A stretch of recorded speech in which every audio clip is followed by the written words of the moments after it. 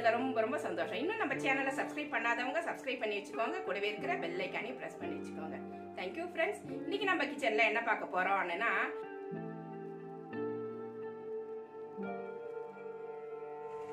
இன்னைக்கு நம்ம கிச்சன்ல காலிஃப்ளவர் கிரேவி சப்பாத்திக்கு தொட்டுக்குவோம். பாத்தீங்களா, கிரேவி சூப்பரா இருக்கும், செம்ம டேஸ்டா இருக்கும். இது ஆந்திரா ஸ்டைல்ல இப்ப நான் எப்படி பண்றது அப்படிங்கறத இப்ப காமிக்க போறேன். ரொம்ப ரொம்ப நல்லா இருக்கும். இது சப்பாத்திக்கு தொட்டுக்கலாம், சாதத்துக்கும் போட்டு சாப்பிட்டுக்கலாம், நல்லா இருக்கும். இதுக்கு வந்து நான் ஒரு பாதி காலிஃப்ளவர் தான் எடுத்திருக்கேன். நீங்க எவ்வளவு வேணாலும் போட்டுக்கலாம். இந்த மாதிரி கட் பண்ணிடுங்க. இந்த தண்டை வேஸ்ட் பண்ணாதீங்க, தண்டும் போடுங்க, நல்லா இருக்கும்.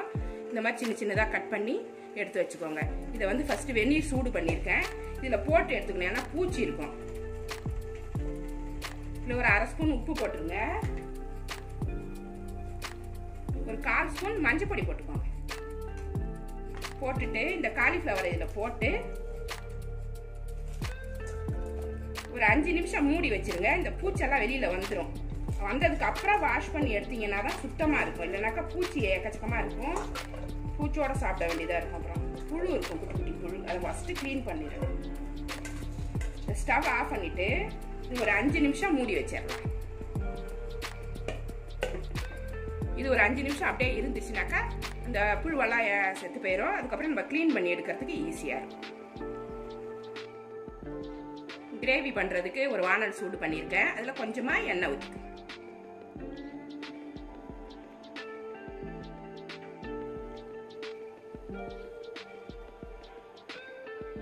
எண்ணெய் சூடாயிருச்சு. தாளிக்கிறதுக்கு 3 ஏலக்காய், 3 கிராம்பு, ஒரு 1/4 ஸ்பூன் சோம்பு போட்டு தாளிச்சிடலாம்.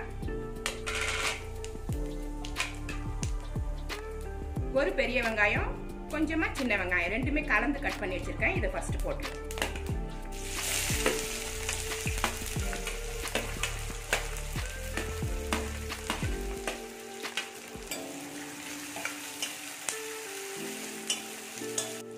வெங்காயம் நல்லா வதங்கட்டும். 3 தக்காளி எடுத்து வச்சிருக்கேன். இதை மிக்சியில போட்டு அரைச்சி எடுத்துட்டு வந்துடணும். வெங்காயம் நல்லா வதங்கிடுச்சு. இப்ப நம்ம தக்காளியை சேர்த்துறோம்.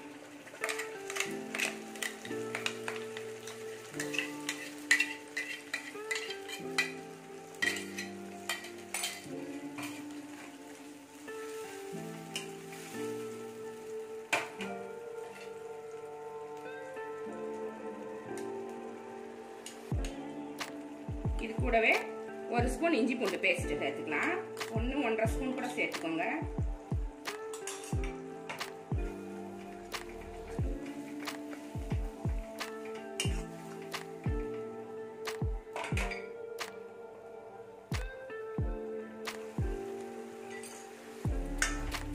தக்காளி கொஞ்சம் நல்லா வெந்துருச்சு. இந்த சமயத்தில் நம்ம மசாலாவெல்லாம் சேர்த்துருவோம். காரத்துக்கு ஏற்ற மாதிரி தனி மிளகாய் பொடி நான் 1 ஸ்பூன் சேர்க்கிறேன். உங்களுக்கு எவ்வளவு காரம் தேவையோ அதுக்கு தகுந்த மாதிரி எடுத்துக்கணும். 1 ஸ்பூன் தனி மிளகாய் பொடினா 2 ஸ்பூன் மல்லிப்பொடி போடுறேன். அப்பதான் வந்து இந்த கிரேவி வந்து கொஞ்சம் திக்கா இருக்கும். இது வந்து கரம் மசாலா பொடி. கரம் மசாலா இல்லைன்னா சிக்கன் மசாலா, மட்டன் மசாலா ஏதாவது ஒன்று போட்டுக்கோங்க. இதுல 1 ஸ்பூன் போடுறேன். மஞ்சள் பொடி 1/4 ஸ்பூன் போடுறேன். தேவையான அளவு உப்பு போட்டுருவோம்.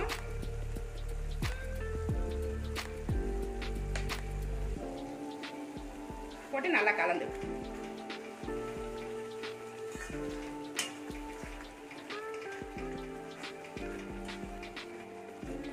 நம்ம போட்ட மசாலாவோட பச்சை வாசனை போற வரைக்கும் நல்லா இது நல்லா வதக்கிக்கணும். ஃப்ளேம் பார்த்து வச்சுக்கோங்க, அடி பிடிக்காம மீடியம் ஃப்ளேம்ல வச்சுட்டு இது நல்லா கிளறி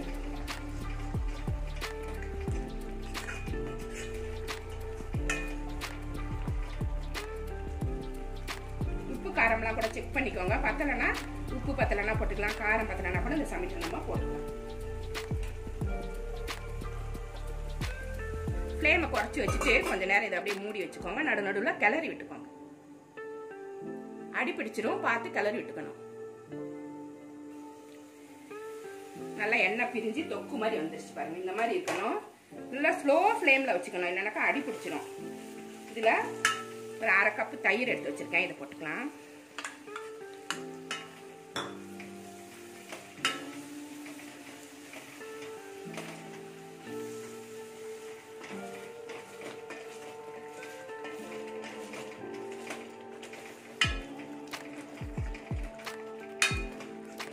நல்லா கலந்து விட்டுட்டு க்ளீன் பண்ணி வச்சிருந்தோம் பாத்தீங்களா காலிஃப்ளவரை இதில் சேர்த்துடலாம். நம்ம க்ளீன் பண்ணாதான் இந்த மாதிரி கிடைக்கும், சுத்தமாக கிடைக்கும்.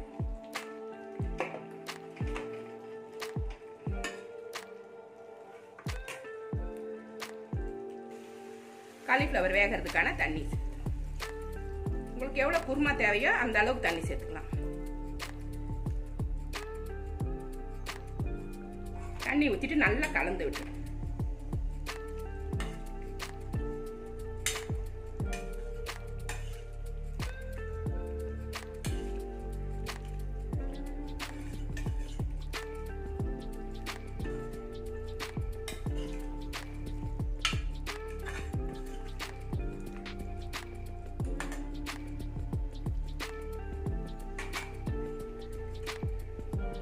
காலிஃப்ளவர் நல்லா வேகிற வரைக்கும் நம்ம வெயிட் பண்ணலாம். கிளறி விட மறந்துடாதீங்க.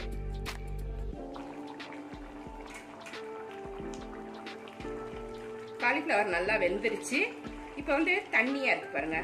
இது நல்லா திக்கா ஆக்கிட்டு நீங்க கிரேவி எடுத்தாலும் எடுத்துக்கோங்க. அப்படி பிடிக்கும் அப்படின்னாக்கா நான் இதில் கொஞ்சமா தேங்காய் போட போறேன். கொஞ்சமா தேங்காய், ஒரு 10 முந்திரி பருப்பு அரைச்சி போட்டீங்கன்னாக்கா டக்குன்னு திக்காயிடும் கிரேவி. சாப்பிட்றதுக்கும் டேஸ்டா இருக்கும். இதை நான் அரைச்சி கொண்டு வந்துடுறேன். தேங்காய் முந்திரி பருப்பும் அரைச்சிட்டு வந்திருக்கேன். இதை அப்படியே எடுத்து போட்டு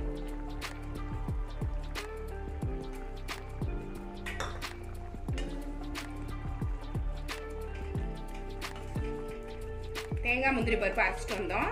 அதை போட்ட உடனே கிரேவி வந்து திக்காக ஆரம்பிச்சிடும். டேஸ்ட்டும் நல்லா இருக்கும். நீங்க தேங்காய் வேண்டாம் அப்படின்னா அப்படியே கூட நீங்க திக்காக்கி எடுத்துக்கலாம். முன்னாடி இந்த ஸ்டேஜில் தேங்காய் போடாததுக்கு முன்னாடி அப்படியே கூட எடுத்துக்கலாம். அது ஒரு டேஸ்டா இருக்கும், இது ஒரு டேஸ்டா இருக்கும். இது வந்து சாதத்துக்கும் போட்டுக்கலாம். அப்படி பண்ணும்போது சப்பாத்திக்கு நல்லா இருக்கும், சாதத்துக்கும் நல்லா இருக்கும். ஆனால் தேங்காய் போட்டு சாதத்தில் சாப்பிடும்போது கொஞ்சம் நல்லா இருக்கும், எக்ஸ்ட்ரா டேஸ்டா இருக்கும்.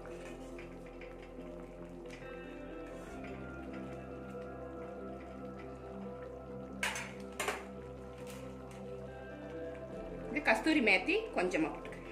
இருந்தா போட்டுக்கோங்க, நல்லா இருக்கும். இது ஒரு 2 ஸ்பூன் அளவுக்கு போட்டுக்கிறேன். போட்டு கொஞ்சம் நேரம் மூடி வச்சிடும். ஃப்ளேம் பார்த்துக்கணும், அது மாதிரி கிளறி விட்டுக்கணும், இல்லைன்னா அடி பிடிச்சிடும். கிரேவி நல்லா திக்காயிடுச்சு. லாஸ்ட்ல கொத்தமல்லி புதினா போட்டு இறக்கிற வேண்டியது, அவ்வளவுதான். சிம்பிள், ரெடி ஆயிடுச்சு. சாதத்துக்கும் நல்லா இருக்கும், சப்பாத்தி புரோட்டாக்கும் சூப்பரா இருக்கும். கிளறிட்டு இறக்கிடலாம். எவ்வளவு திக்கா சூப்பரா இருக்கு பாருங்க. இது ஒரு பிளேட்ல எடுத்து வச்சு நான் காமிக்கிறேன்.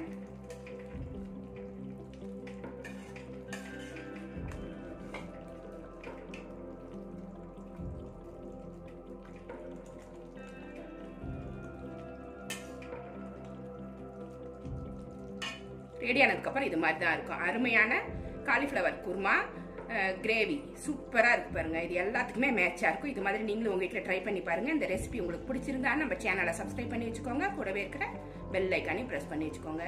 லைக் பண்ணுங்க, ஷேர் பண்ணுங்க, கமெண்ட் பண்ணுங்க. இவ்வளவு நேரம் என்னோட வீடியோவை பார்த்த எல்லாருக்குமே நன்றி. Thank you friends.